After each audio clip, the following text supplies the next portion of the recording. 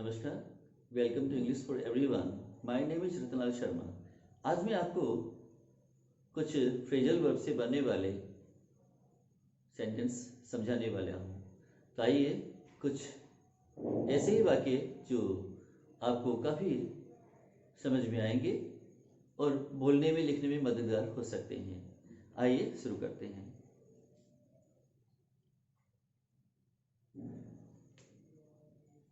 आज का हमारा टॉपिक है फ्रेजल वर्ब।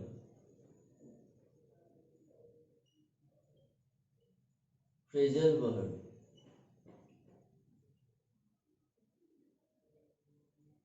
फ्रेजल वर्ब में सबसे पहले ये देख लीजिए फ्रेजल वर्ब बनता कैसे है कि वर्ब में वर्ब का गुण होता है।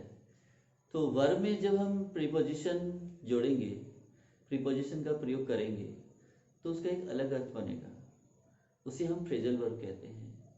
या फिर हम एडवर्ब जोड़ते हैं, एडवर्ब को जोड़ते हैं, तो वर्ब में एडवर्ब को जोड़ेंगे तो वो फ्रेजल वर्ब बनेगा। तो इस तरह से इनका फ्रेजल वर्ब जो होता है इनका एक अलग अर्थ होता है, एक नया अर्थ बनता है इसका।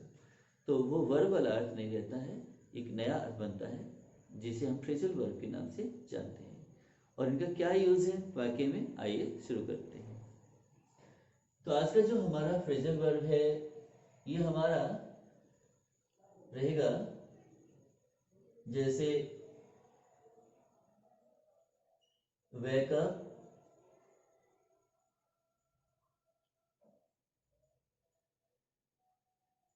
उसके बाद देखिए get up, wake up, get up,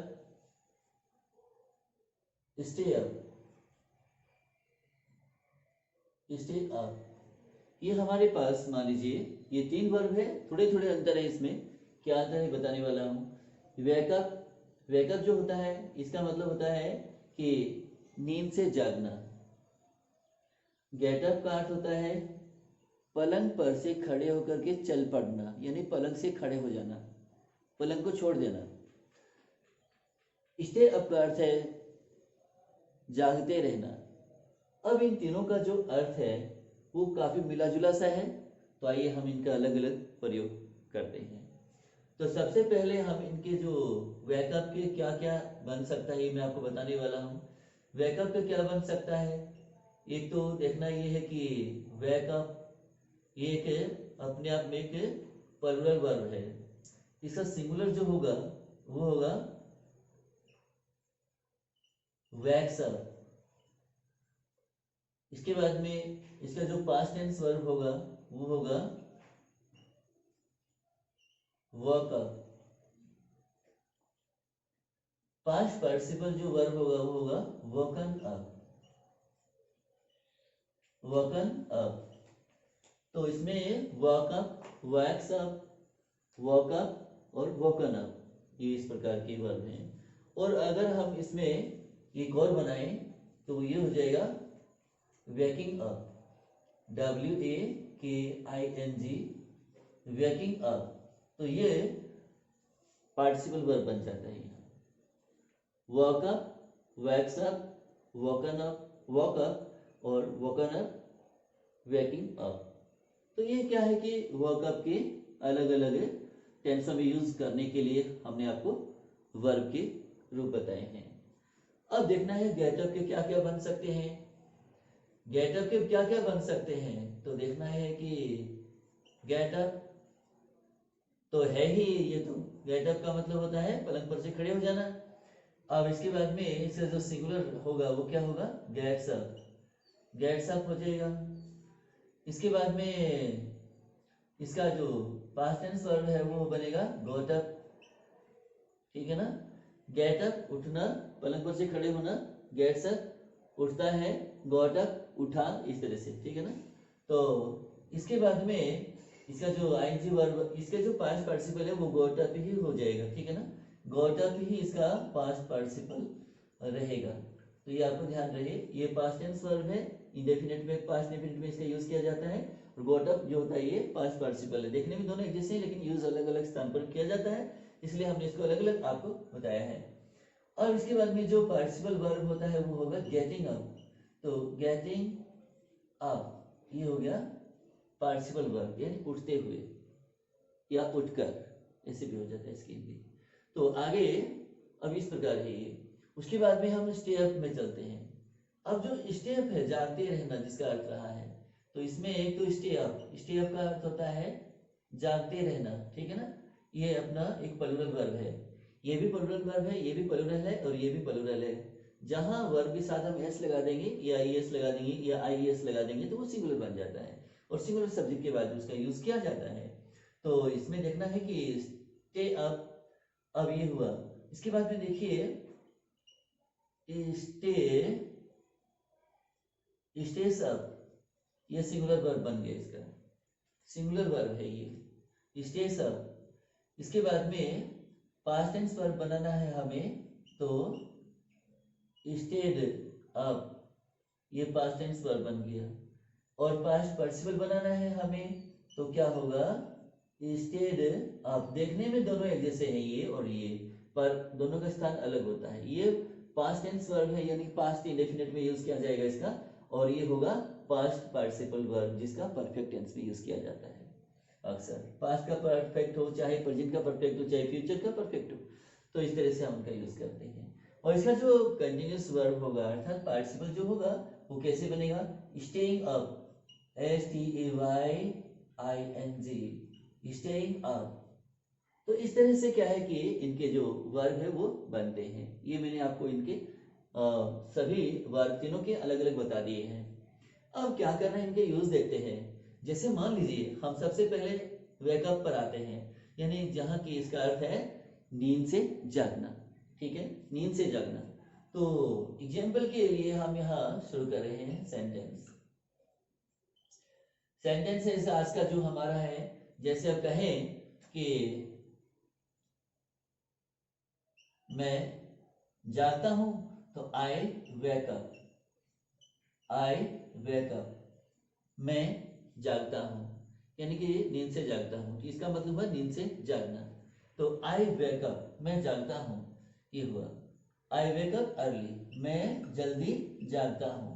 अब मैं जल्दी नहीं जागता हूं तो क्या होगा, आई डोंट वेकअप अर्ली, मैं जल्दी नहीं जागता हूं। क्या तुम जल्दी जागते हो, तो क्या होगा, डू यू वेक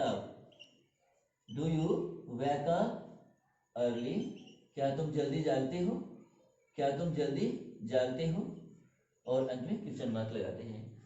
तो इसमें देखिए आई वेक अप अर्ली, मैं जल्दी जागता हूँ। I don't wake up early, मैं जल्दी नहीं जागता हूँ। Do you wake up early, क्या तुम जल्दी जागते हो। अब इस तरह से क्या है कि हम आपको बोलना सिखाते हैं। जैसे मान लीजिए इनका हम अलग अलग तरह से यूज करते हैं, पॉजिटिव करते हैं, नेगेटिव करते हैं, इंट्रोगेटिव करते हैं। तो जब आपको इनका अभ्यास होगा तो स्पोकन इंग्लिश जो है वो अब स्वतः ही शुरू हो जाती है। तो आगे देखते हैं।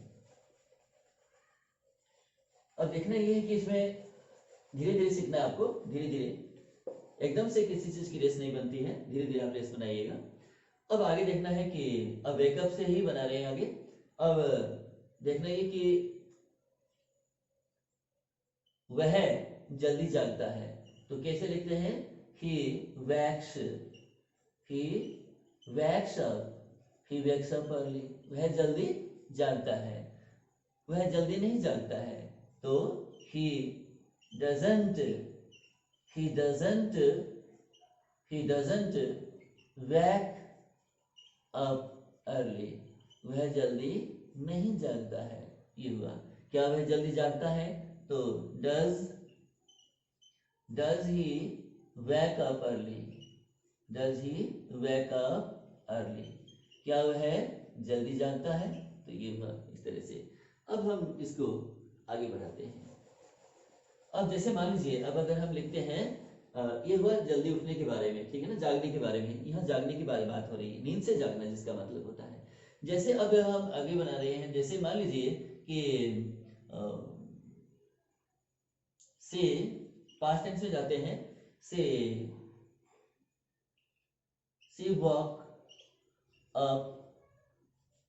woke up early yesterday, वह कल नींद से जल्दी जागी। ठीक है ना।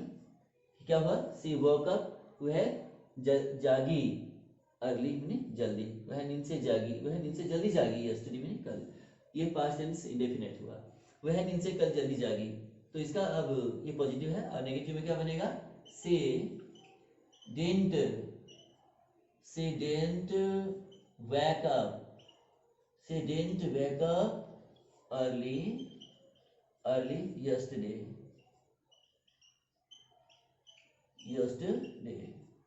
वह कल नींद से जल्दी नहीं जागी, she didn't wake up early yesterday, वह कल जल्दी नींद से नहीं जागी। क्या वह कल जल्दी नींद से जागी, तो क्या होगा इसका, did she wake up early yesterday, did she wake up early yesterday,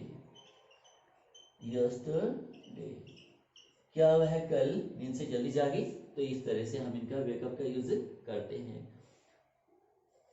तो इस तरह से हम इनका यूज करते हैं। तो आगे देखिए,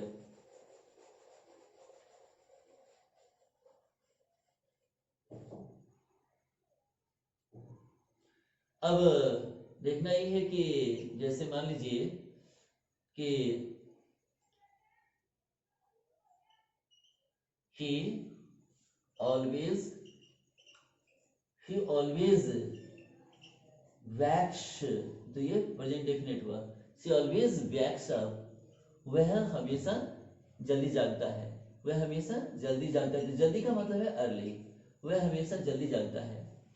He always wakes up early, वह हमेशा जल्दी जागता है, वह हमेशा जल्दी नहीं जागता है। तो कैसे बनाएंगे इसको, नेगेटिव बंद करने के लिए हम क्या करेंगे, नॉट का यूज कर लेंगे और डज नॉट लगा देंगे, तो वो नकारात्मक हो जाएगा। प्रश्नवाचक बनाएंगे तो हम उसको डज को पहले लगा देंगे, डज ही कर देंगे और does he always wake up early हो जाएगा और अंत में क्वेश्चन मार्क लगा देंगे।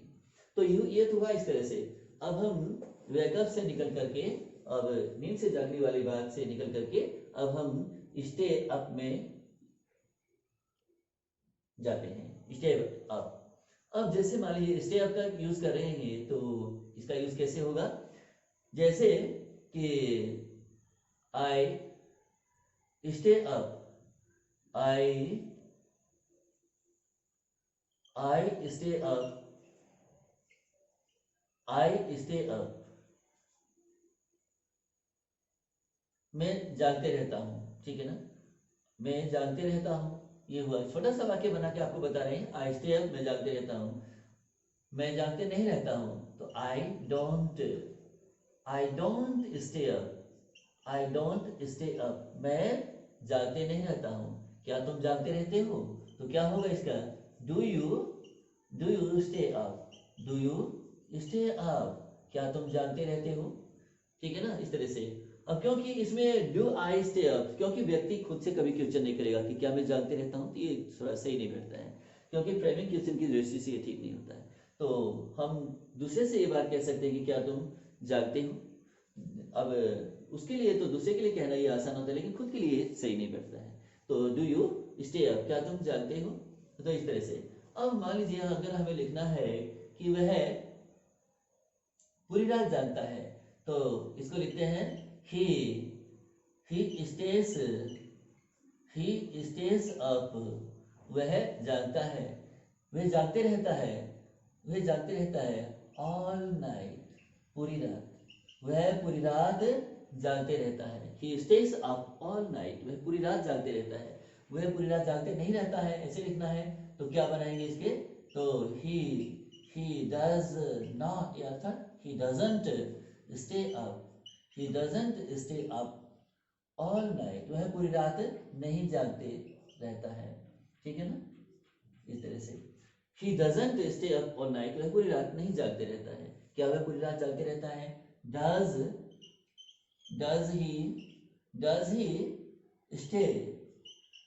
he stay up all night, क्या वह पूरी रात जागते रहता है, तो ये क्या हुआ, इंटरोगेटिव सेंटेंस। तो इस तरह से हम इनको बनाते हैं। अब जैसे हम अगला बनाते हैं कि ये सब के सब आपके बहुत ही समझने वाले हैं, यानी पॉजिटिव है, नेगेटिव भी है और इंटरोगेटिव भी है। हम वाक्य को किस अंदाज में बना रहे हैं, कैसे उनको बनाना चाहिए, ये सब आपको जानकारी में आ रही है। तो अब देखना है कि जैसे मान लीजिए अब लिखना है कि डोंट डोंट स्टे अप, जागते मत रहो। डोंट स्टे अप, जागते मत रहो। इतना सा बोलना है तो इतना ही लिखा जाएगा। डोंट स्टे अप, जागते मत रहो। अब जागते मत रहो, अब जागना कब की बात हो रही है? स्वतः ही समझ में आ रही है, बात रात की होती है, क्योंकि व्यक्ति अक्सर रात के समय ही नींद लेता है, सोता है। अब दिन में सोना ये अलग बात है, ये कि थोड़ी सी सही नहीं बैठता है। तो कहिए कि डोंट स्टे अप, जागते मत रहो। जागते मत रहो, जागते रहो तो फिर क्या करना है? स्टे अप, जागते रहो। अगर मान लीजिए हमें लिखना है स्टे अप, तो यहाँ लिखेंगे stay up, STAY, stay up, जागते रहो, ठीक है ना? स्टे अप, जागते रहो। ये जागते रहना नहीं बनेगा, क्योंकि ना के लिए हमें टू लगाना पड़ता है सामने, टू स्टे अप, जागते रहना, तब बनेगा ये। लेकिन अब ये कमांड वाला सेंटेंस बन जाता है, स्टे अप, जागते रहो। और जागते मत रहो ऐसे लिखना है तो डोंट स्टे अप, जागते मत रहो, ठीक है ना? इस तरह से लिखना है। तो ये हुआ। अब उसके बाद में मान लीजिए अब कि पूरी रात जागते मत रहो, तो क्या करना है? Don't stay up all night, पूरी रात भर जागते मत रहो। ये हुआ। ये किसी ने नेगेटिव कमांड बोला है, don't stay up all night, पूरी रात भर जागते मत रहो, मत रहा करो। ये हुआ। अब इसके बाद में जैसे मान लीजिए आगे हम कुछ और बनाना चाहते हैं वाक्य का। जैसे मान लीजिए कि हम अगर कहें कि don't stay up so late, इतनी देर तक जागते मत रहो। Don't stay up so late, इतनी देर तक जागते मत रहो। बिकॉज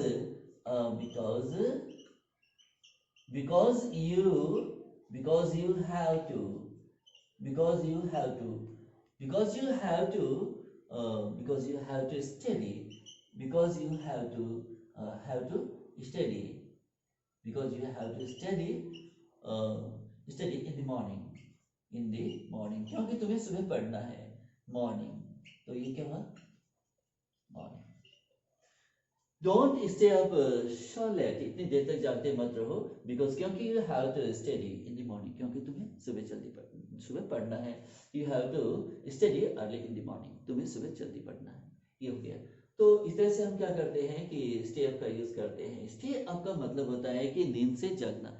जैसे मान लीजिए लेटा हुआ है व्यक्ति चारपाई के ऊपर और उसकी नींद टूट गई है, वो नींद से जाग गया है, इसी जागने को कहते हैं वेकअप। अगर मान लीजिए वेकअप कहते हैं। और अगर मान लीजिए कि अब जागते पड़े रहना है, न नींद लेनी है, न उठना है, तो क्या होता है कि जागते रहना। जागने को तो कहते हैं वेकअप, लेकिन जागते रहने यानी जागते रहना है, लगातार जागते रहना है, इसी को कहते हैं स्टे अप। स्टे अप का मतलब है जागते रहना, न कि नींद लेना। अब गेट अप का क्या मतलब हुआ, ये मैं आपको बताने वाला हूँ। अब क्या होता है कि गेट अप की बारी आ रही है। अब जैसे मान लीजिए हम गेट अप का यूज करें तो कैसे होगा इनका यूज, तो ये हो देख लीजिए। जैसे मान लीजिए अगर मैं यहाँ लिखना चाहूं कि आई गेट अप अर्ली, मैं जल्दी खड़ा हो जाता हूँ। कहाँ से? पलंग पर से। मैं जल्दी उठ जाता हूँ। उठने का मतलब है कि व्यक्ति चारपाई से उठ करके चला गया है, पलंग पर से उठकर चला गया है, यानी कि वो कदमों पर खड़ा हो गया, पैरों पर खड़ा होकर के और चल पड़ा है पलंग पर से, पलंग को उसने छोड़ दिया, इसी को कहते हैं गेट अप। तो अब क्या हुआ कि आई गेट अप, मैं उठता हूँ, यानी कि पलंग को छोड़ देता हूँ अर्ली, जल्दी ही, मैं पलंग पर से जल्दी ही उठ जाता हूँ, इसका मतलब ये हुआ। अब मैं जल्दी नहीं उठता हूँ, अगर ये बात कहना है तो I don't get up early, मैं जल्दी नहीं उठता हूँ। क्या तुम जल्दी उठते हो? तो do you get up early, क्या तुम जल्दी उठते हो? तो अब जल्दी उठो ऐसे लिखना है। मान लीजिए जल्दी उठो, तो क्या करेंगे? गेट अप, क्या करना है? गेट अप अर्ली, जल्दी उठो। गेट अप अर्ली, जल्दी उठो। अब जल्दी उठो तो ये पॉजिटिव सेंटेंस है। अगर जल्दी मत उठो ये कहना है तो कैसे बोलना होगा इसको? don't get up, don't get up, don't get up so early, इतने जल्दी मत उठो, so early, इतने जल्दी मत उठो, don't get up so early, इतने जल्दी मत उठो। ये कहने का मतलब ये पलंग पर से खड़े होकर के इतनी जल्दी मत चलो, ये मतलब है इसका भाव ये है। क्या वह जल्दी उठता है, क्या वह जल्दी उठता है, ऐसे लिखना है। तो क्या कैसे लिखेंगे, क्या वह जल्दी उठता है, जो कि क्या लगाना है, es लगाना है। does he get up, does he get up early, क्या वह जल्दी उठता है। तो ये क्या हुआ, क्वेश्चन, ये इंट्रोगेटिव सेंटेंस है। क्या वह जल्दी उठता है, does he get up early। अब यहाँ s नहीं लगाना क्योंकि डज लग गया, डज लगने से आगे एस या es वर्ब से हटा देते हैं, उसको लिखते नहीं। तो does he get up early, क्या वह जल्दी उठता है, वह जल्दी नहीं उठता है, वह जल्दी नहीं उठता है, ये लिखना है हमको। तो कैसे लिखेंगे इसको, आइए देखते हैं। वह जल्दी नहीं उठता है, ये बहुत प्रकार के मैं आपको सेंटेंस बता रहा हूं। वह जल्दी नहीं उठता है तो he doesn't